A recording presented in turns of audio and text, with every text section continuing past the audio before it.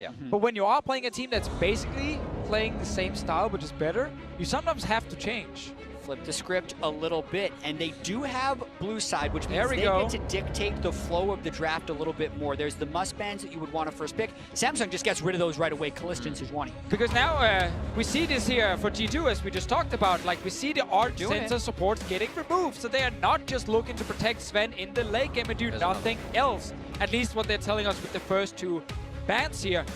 AD carry-wise, Xayah is available with the Rakan being banned away. Tristana is here as well for G2 to look at. Yeah, Xayah has been so often first picked when there are Kalista bans, and especially a lot of peeling support bans, just because it is very difficult to get on top of the Xayah as well as just the early laning strength. So there is a chance here that G2 go for some playmaking down in the bottom lane. Very true. Like, Alistar is a huge pick for Mithy. MVP performance on it in the EU LCS playoffs. It is available. You can go for it early if you want for G2 in the next, pick phase here and try and camp Ruler and CoreJJ. They are a strong dual lane on Samsung's side, but they have definitely been shut down in the past by teams playing very aggressive towards the bottom lane. Especially when there's a Varus that you can flash on as an Alistar. By far the most picked champion for Ruler during the regular season, playing it even before, long before the Ardent Sensor meta took shape. And we've switched things up immediately because Gragas was the second best jungler, so to speak, with Sejuani ban.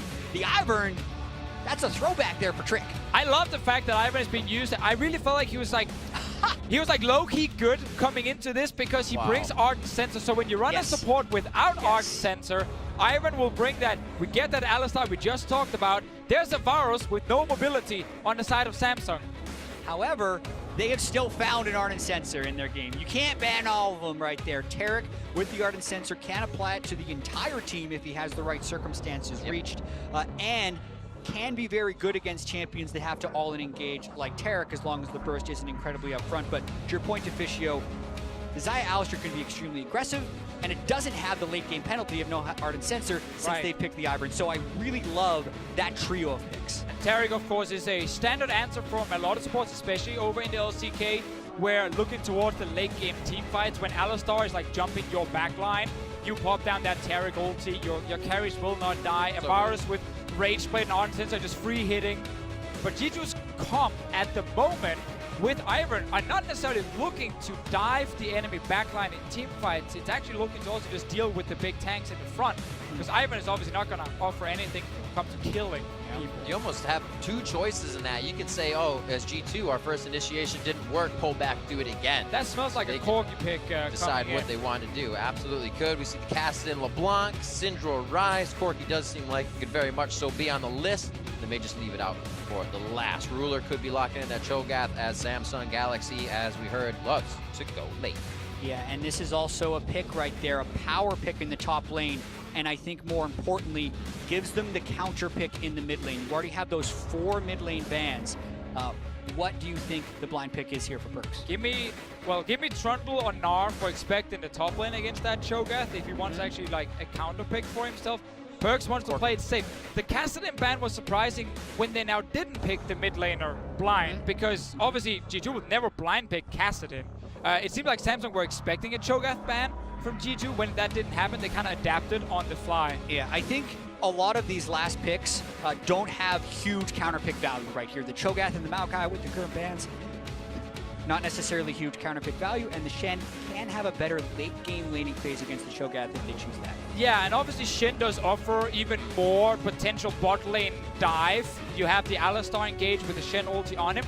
I sometimes feel teams tunnel too hard and then just playing bot side when they go for Shen here over Maokai, because Maokai is the superior late game tank. And while it is a draft from G2 that is focused around killing Ruler in the bot lane, I still think the Maokai for late game would have been more than fine for G2, because this game will most likely go towards late game. Absolutely.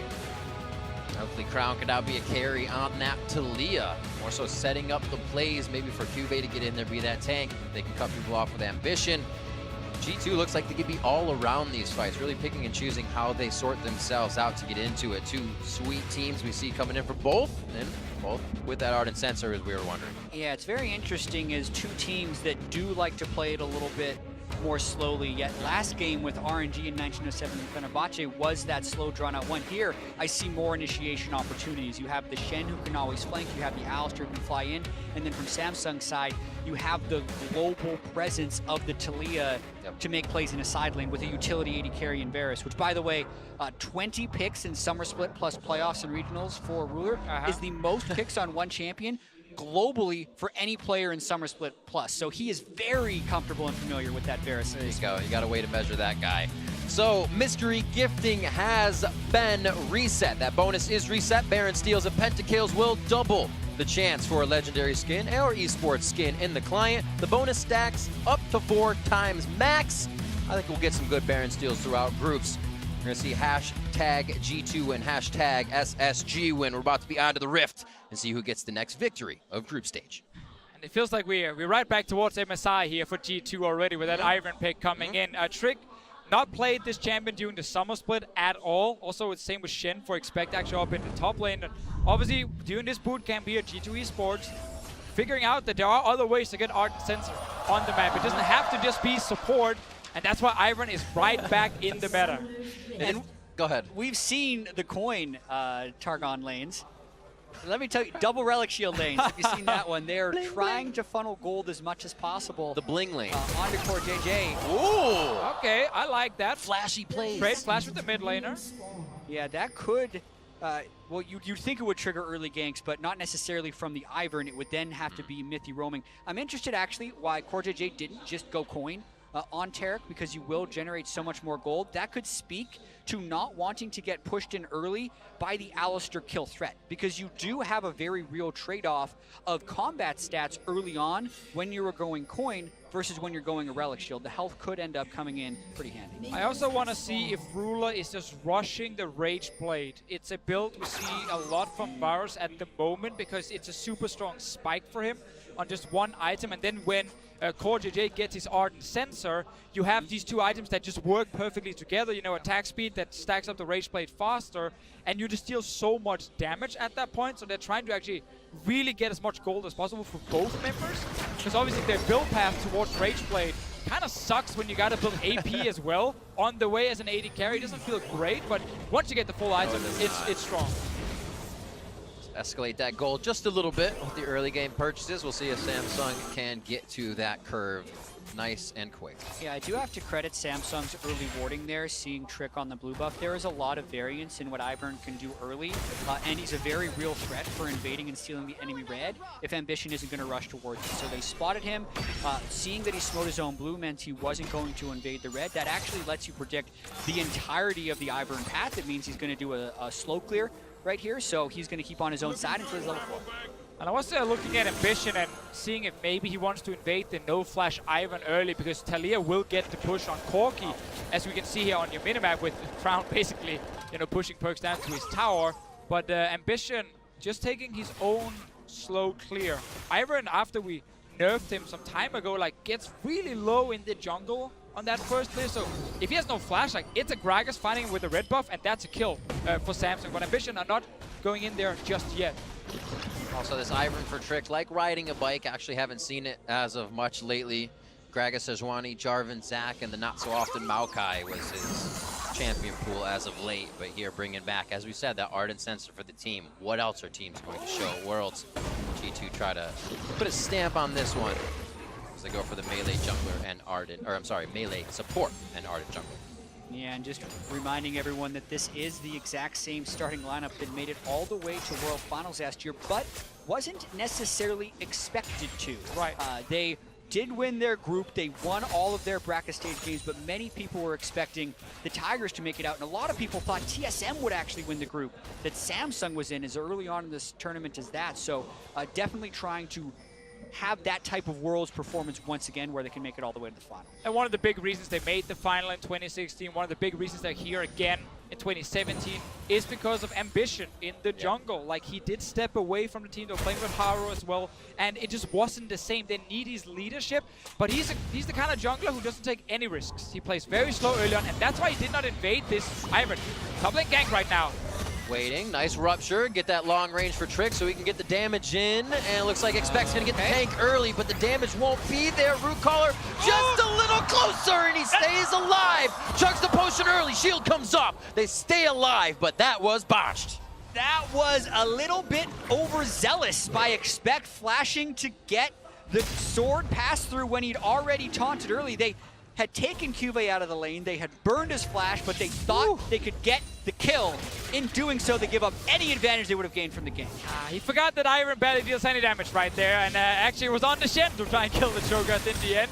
CuVee stays alive, TP's right back into that lane, and he's fine now, trading flashes up in that top lane. Trick's own flash is almost ready now, so he did not get punished for it. Right. As I was saying just before here, Ambition do not take any risks early on. It's slow jungling, meaning Samsung plays a lot slower with him, and they can get to late game more often without being too far behind. Yeah, they may. He's back, baby. Round 2. They got the taunt. The flash is up. Where is it? Oh, there's that long range damage. Root Caller to come in. This one's gonna be it. He's gonna slalom through the minions, but not far enough. First blood going to Shen, going to Expect. Fishio, Ivern players everywhere. You do a little bit of damage. You definitely do a little bit. It's better than having no one else there. And It's sugar-coated. Specifically, being able to just shield the melee champion when you have a flashless opponent is so critical. And just smacking them with that auto attack. It's the worst way to die to a gank, is this Candyman just standing there like slowly hitting you and grinding you is down. terrifying. In the end, if you give him enough time, yeah, he will definitely deal a bit of damage. And bit. Needed toward, but the red buff is actually one of the critical things right here, because the brush plus auto attack stacking up with red buff do a reasonable amount of damage that can easily kill the Cho'Gath right there, and that return is what they need. It's still yet to see Ambition make his entrance into a lane. And obviously CuVee right there was in a very tough spot because the lane was pushing towards Expect when the gank happened. So when he returned to that lane, he was kind of overextended from the get-go. His own jungler wasn't there to assist him, and that's why Trick could return to that top lane. It does mean now, Expect with that first blood, he will get level 6 very soon. We're looking straight towards bottom lane, then Alistar engage, offensive summoner from mithy, pop in a Shen ulti, and that should be a kill for G2, but they gotta execute the play first. Trick with the Moby boots, zoomies around the map as he starts cleaning up, and here he is going to get the counter gank on what could happen bot lane. It seems to slowly be fizzling out. And a good shove here for Perkz in the mid lane. Crown getting some good damage on as they trade back and forth. A good job by Perkz to clear that control ward in his own red buff. That's a pesky ward that often stays alive for the majority of a game, but disciplined to check that ward, knowing he had been counter jungled. Got that Shen level 6 now. And pressure on the bot side here. Trick puts down a ward. An Infernal Drake would be nice to get to start things off in this game, with CuVee's TP being down as well. Exactly. It's very hard for Samsung to respond.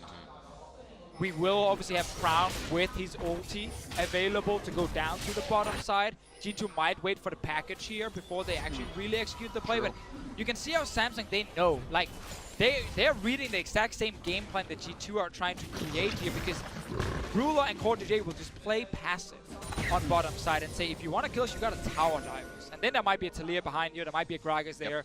So they're really going to make sure G2 do not get an easy opening, and that's one of the main strengths of Samsung as a team. They truly understand how to play defensive early. Yeah, and when you're playing so defensive, you also need to find efficient ways to play offense, because you can't just play defense all the time and expect to win. And when looking at Samsung's tools they have this game, it's the Taliyah Gragas roam squad into a side lane, whether that's bottom lane or top lane. Based on the current state of the game, with the Shen ult up, the bottom lane isn't necessarily the way you play. So if we see Samsung make a play, it would have to be around top side, which is why I love Trick getting rid of that red buff and taking some of the control back in the jungle. And G2 are right now trying to force Samsung's bot lane to overextend. They have let that wave push towards them. So now you can see that we actually have Samsung past the river with Ruler and CoreJJ. The Varus have not gone back to base yet either. He's very, very weak at this point. But G2 needs to engage to actually get the fight, and now Samsung just backs away instantly. Yeah, I'm surprised the Crown was moving down that aggressively into the jungle. I think he was just hoping that G2 would go aggressive and he could maybe turn something around, because at the time CuVee's teleport was down, and it would have just been Expect who can match that and give them a numbers advantage. So CuVee just munched on a minion in the top side as he starts to get himself stacked up. Expect goes back into the minion wave and try and sort this out, so he's got an even bigger wave to deal with the turret. That could be the teleport down. or at least to stand united, but now both are up, so it's going to be a big fight if it happens. Next Drake is also Infernal, as we said before, so that is still something that both teams want. Most likely have to come after someone actually gets a kill first. Yeah. It's rare you're allowed to just walk in and kill that Infernal on your own. Perkz is actually looking towards topside with the package here.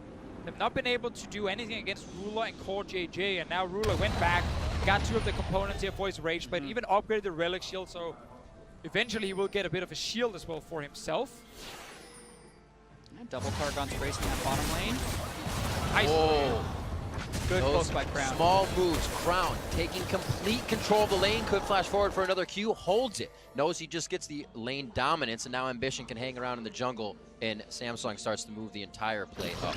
Yeah, and this could allow them to just go straight on the Infernal Drake or get more control. Ambition has the control ward and his Cinder Call completed. He's actually way stronger than Trick right now, who's trying to rush toward the Ardent Sensor. Not to mention they forced Perkz back, so this is that type of efficient offense that we talk about from Samsung. They didn't have to do much, but the Infernal Drake gives them a large advantage. And it wasn't a kill, but instead just chunked the mid laner so he can't join. Effectively doing the same thing for you here if you are Samsung, giving you that objective here. But Expector's still sitting there on the Shen. He's level 8 now. He's had that ulti for 2 levels, and he's just kind of like, guys, we picked this champion for one specific reason, which is to be able to play aggressive on the other side of the map. But we're not doing it. I think you also pick Shen for 2 reasons. He's one of the best counter-engaged champions as well if someone tries to go aggressive, but specifically against Samsung, that's not necessarily the use case for the Shen ultimate, so they would have to create something to happen, but I don't think Samsung has actually given them many opportunities. The control wards that they have set up in the river themselves, there's been very few opportunities to actually get a numbers advantage down there while they're pushed up in a meaningful way. And then obviously if you're RG2, you can swap it towards the mid lane. Try and have Perkz play aggressive with his Valk and a Shen ulti to force Crown out of the laning phase and then use that squad to move down. Like you see Perkz right now, he's trying to do exactly that. And he's like, okay, we're not diving bot lane, so I now need to win this mid lane in order for G2 to start really getting ahead. Because right now they're down 200 gold and Samsung, they're just scaling. They're like, yep, this is great, man. Lots of respect being shown by both teams, specifically even the mid laners are only going aggressive when their jungler is nearby. Whether or not he's actually been spotted by a warden or not, the enemy mid laner is just respecting it. He says, if you're playing aggressive, you probably have a jungle, and there's actually not been much bluffing that goes on either. Mithy just out of range with his headbutt, so he just ends up smacking the ground. Not getting any engage on Ruler. There's a hover on Trick. Trick is just on his way down, as well as Ambition just off on the sides. Cosmic Radiance is going to stave off some of the damage. Ruler's being chased though, and here they are after Ruler. Daisy comes out. CoreJJ just on the backside. His last bit of mana is a dazzle, and with the Bastion placed correctly, they get a nice X on that stun. Ambition's here to see what happens.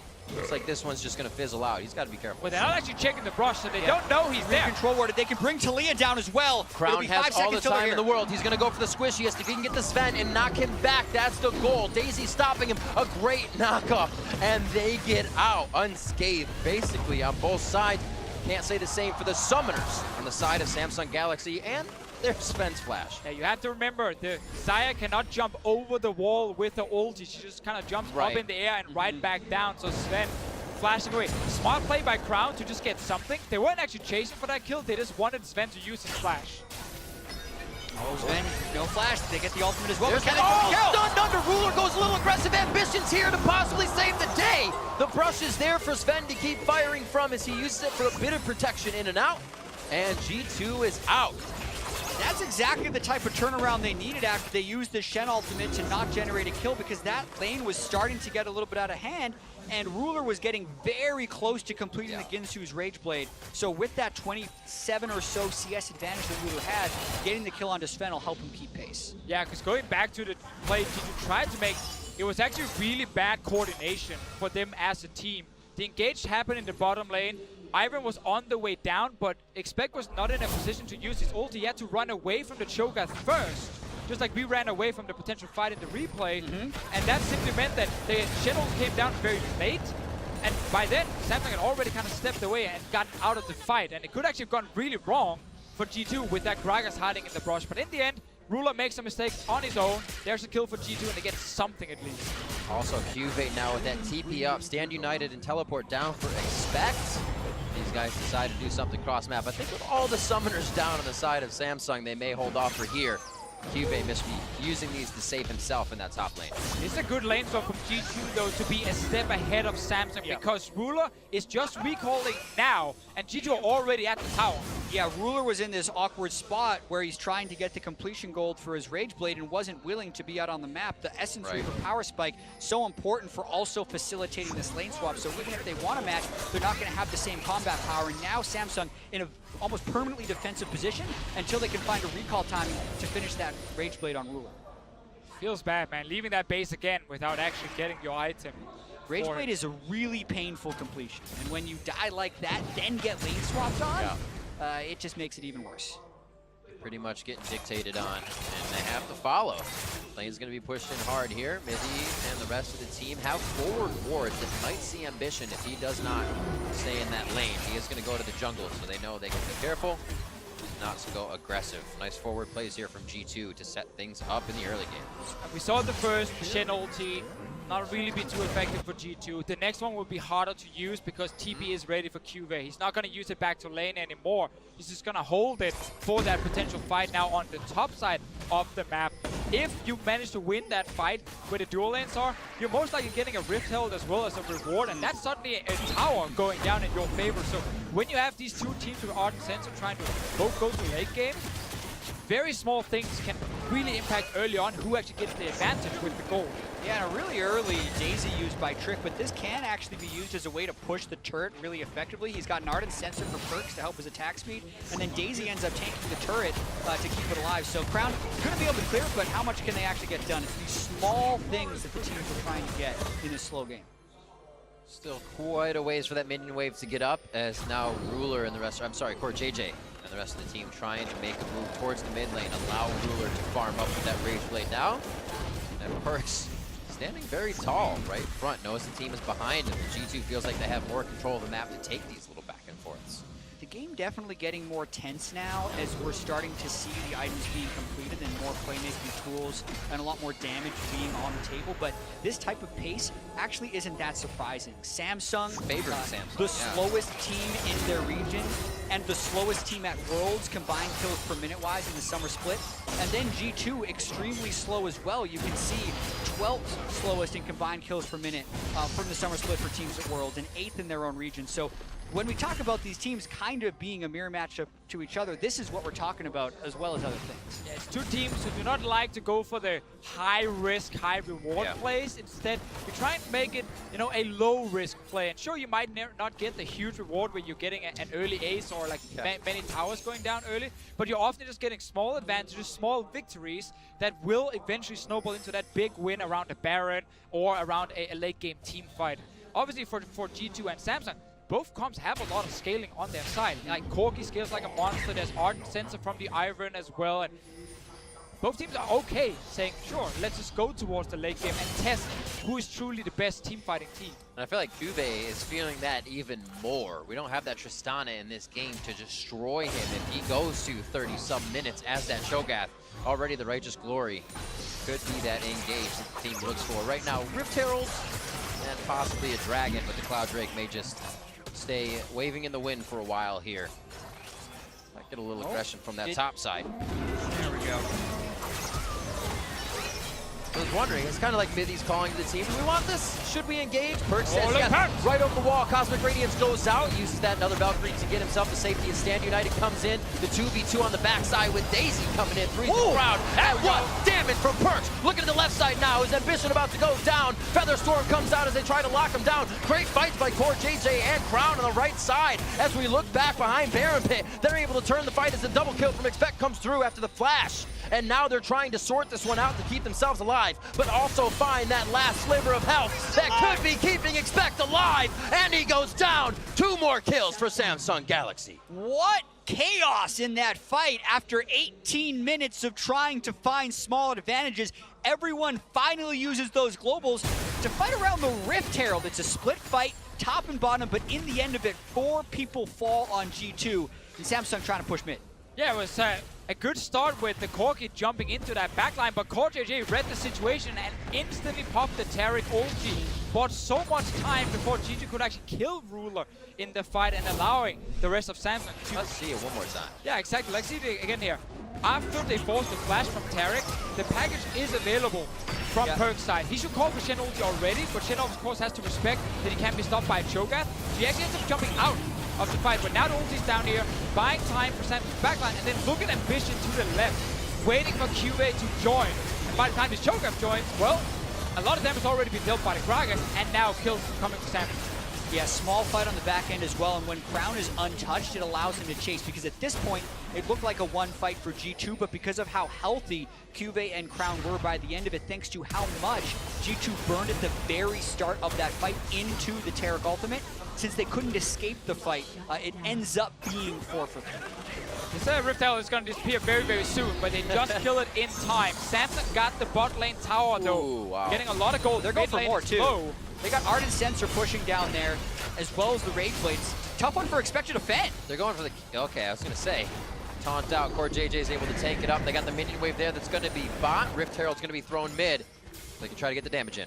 And suddenly... Could be 2 turrets for G2 right here. There's a low turret top lane as well. And suddenly the game is supposed to be speeding up. Like after that fight at the Rift Herald, we're getting bot lane tower down, mid lane tower down. This tower from G2 in the mid lane is so low. That's like 2 or 3 hits from Samsung, and that's gone as well. And then you have a wide open map where we're gonna get a lot of fights to control mid lane, to get Baron vision, and we're gonna get team fights. So many team fights in this game here. You better not be lying to me, Martin. Oh, trust me, we're gonna get At least one more team fight, Riv. Okay, I will promise you 2 more. Whew. I got a one up. All right. So. I'm getting a little... Okay. 5-4 here, 20 minutes in, and it is the top turret and the mid turret we're looking at. Mid turret for G2, top turret for Samsung Galaxy, and that may be what's going down. They don't feel comfortable enough, not enough wards forward to get that to happen, but G2 being able to protect this mid one is big. If that opens up for the map, Samsung Galaxy is going to be all over their jungle. Yeah, because Samsung were playing on the bottom side just before where they killed that bot lane tower. G2 actually had no wards on this side, so they didn't see them walk to this Cloud Drake, and that's why they stepped away top lane, not knowing, okay, are like multiple members from Samsung gonna show up here and kill us? And that actually means this tower is still sitting there, and the gold is not in G2's pocket by the time Zven went back to base. Small things, but again, the vision control always important, and when teams are splitting the map, oftentimes, if you have a Drake down there, you're gonna get an extra reward. Yeah, and I think, especially in a world with Taric, the Baron is such a threat to go down, because the way Taric with Ardent Sensor works is he can heal you with his Q, auto attack twice to get the charges back and the cooldown, and heal you again. So it is permanent Ardent Sensor for him and whoever he's bastioned with. So it's an incredibly healthy Baron. They actually don't take damage within that pit. And they have Cho'Gath to secure. So G2's got to be very careful to not get anyone chunked out, not take any bad recalls. Otherwise, that Baron's gone. He's also the kind of champion who is okay with having his team sitting around him in a little Baron pit and getting engaged on, because that's where his ulti shines. He can see G2 walk towards them, pop that ulti early, and then be ready to fight right after. Wow, Samsung is then able to clean up. That Cloud Drake is there as the mid turret goes down and top in favor of Samsung Galaxy before they lost their top turret that is on its last leg. Here now CuVee is going to guard the bottom side and push Expect back off. Mormais and the Righteous Glory almost unkillable at this point. And we have seen already in this game, just Samsung playing the slow game slightly better than G2 Esports. Yes, this top lane tower will die soon and give some gold back, but it's still in favor of Samsung. And coming down to that big fight around the Rift Herald, and the fact that Rula and CoreJJ, despite being against a tough setup, barely actually were under pressure in the bot lane. They were able to just kind of farm evenly, even slightly ahead now, and Samsung were happy with that early game. Yeah, and when we're thinking about the way these teams match up against each other, both liking to play slow, try and get to the team fight phase, we were kind of expecting, you know, Samsung does that a little bit better. Yeah, so in order for G2 to win, don't just play exactly the same game, switch it up a bit, which is what we thought they might be able to do with Shen and Corki with package and double TP to pull things around the bot lane with their engaged Alistar, but you're sitting at a 2-assist Alistar and a 2-kill Zven at this stage in the game. It doesn't feel like they've necessarily done enough of that early stuff before we're in this team fight phase. Still yet to be decided. You can still out team fight them, but it is definitely advantage Samsung right now. Yeah, obviously one thing the Shen will bring is the ability to block some of these autos from an AD carry with Rage Blade, who's basically built around just landing auto attack as fast as possible. But that's a few seconds where you remove some damage from Ruler. After that, the Cho'Gath definitely takes over in teamfight value. Because not only is he hard to kill, he can actually also kill you. I'm half health, it's okay. No, it's not. It's never okay. It's never okay. A lot of love over this blue buff as it's been spawning and just ward control in general. We said Baron's going to be incredibly scary for these teams to hit up, but they're still going to pressure each other into this situation to see who makes a mistake around this area. Mid lane getting a little bit of minion love now coming in, but it looks like it gets cleared out immediately by Zven and the rest of the team there. He had to burn a lot. Ambition caught. Very, very caught. Cosmic Radiance goes down. Looks like the whole team's going to be able to walk out of this. A nice hit onto Ruler from Daisy. Might keep him in range, but CuVee getting in there with the rest of the team, but Crown comes through. Throw another rock, he says, and comes up with the kill onto Trick. Now a silence. Perkz in the mid lane, almost getting chomped down, but that's already been used by CuVee. Another kill on to expect, and that goes into the hands of Ruler as they have finally found G2 wandering around in the jungle. Yeah, and that's Baron. I was going to say to track the cooldown of Farsight totems because Samsung was starting to choke vision around Baron, but they actually face check while having both Farsight totems up, and that gives them a very bad initiation. And here's the Baron we talked about. They're healing on the pit, thanks to CoreJJ. And this G2 lineup that's trying to play these team fights where they one-eye Perkz and Zven just deal a lot of damage with auto attacks, and then they can, you know, have these long fights where they can stay alive. It gets kind of ruined by the fact that Crown is able to deal serious damage, and then CuVee is able to finish off people. Normally when you're stepping out of a fight as like an Ivern or a Shen, you can kind of regain some HP and you won't actually die and the fight won't end. But when this Cho'Gath joins, he just feasts the first guy in front of him and kills him, and then the Ivern is already gone. Like, look at this fight here. It actually is fine on both sides. Early Taric comes down, and now with Trick being caught by both Cho'Gath and Taliyah, well, he's gone in a second, and you can no longer kite. Yeah, Varus ultimate, very key right there as well. CuVee's so tanky on the outside, and Ruler has that passive attack speed from picking up a kill. Can just start shredding through people. A very accurate ruptures from CuVee as well coming into this choke point filled team fight, and the 2 kills is all they need to get that Baron. Cho'Gath dominated fight. I mean, take away his true damage, still crushing through people. AD carries Zven, trying to do what he can from that back line. Not too many survival items for him just yet, if any. Really just the damage and his ultimate that he's trying to use. They're going to watch their mid turret go down and bottom. That's the thing. Samsung Galaxy has been able to do a 1-2 turret punch more than once. Their influx of gold has been pretty crazy this game. And it just feels so in control. Even in the early game when they are under pressure, it never feels like they're actually like struggling to stay in the game. They punish some of the decisions by G2. They win the team fights, which is the most important thing for Samsung in this game. Trying to make something happen. Throws down that Iron Will. Will he be able to stay alive throughout all the damage? No. CuVee says dinner time as they start going on the turrets. The silence, the ruptures. G2 can hardly even move inside their own bases. Samsung Galaxy plows through the front door. Looks to get another kill on Zven. A double kill for Crown as he says, "King me." Coming through the base as well, and they're going to start on the Nexus turrets. Beautiful flash seismic shove at the tail end of that fight to put the icing on the cake. Carries are gone. Samsung has Baron. This is game, Riv. 27.5 minutes in, Samsung Galaxy will lock down their first win as they start group stages. And we learned a few things in this game here. Crown is a player who's gotten a lot of criticism during the summer split. It's not been great for him. He's died a lot in the early game. He struggled to have the impact in the late game. This game, however, his Taliyah was spot on. Fantastic team fights from him.